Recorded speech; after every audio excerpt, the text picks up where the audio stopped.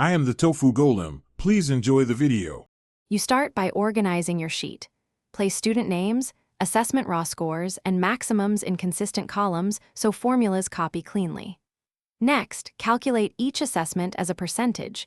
Use equals score/max score and format as % for clarity. Once done, set up weight cells for each assessment. Make them absolute references so they don't shift when copied. Make sure to convert any extra credit or drop low rules into helper columns now, because these first steps determine how simple the rest of. Now compute the weighted contributions. Multiply each assessment percentage by its weight. For a compact formula, use SumProduct, percent range, weight range, and divide if weights aren't normalized. Otherwise, sum the products directly. Use absolute references like $B$1, $E$1 for weights so copying down retains them. Once you have the total weighted percentage, format it, and optionally convert to points by multiplying by total points possible.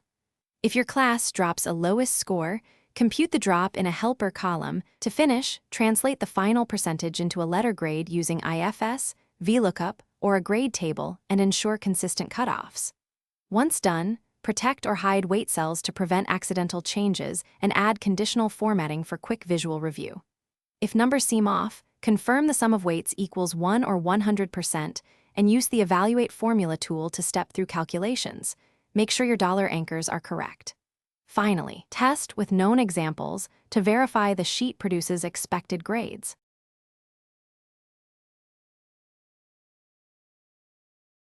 Thanks for watching. Consider subscribing if we helped you today.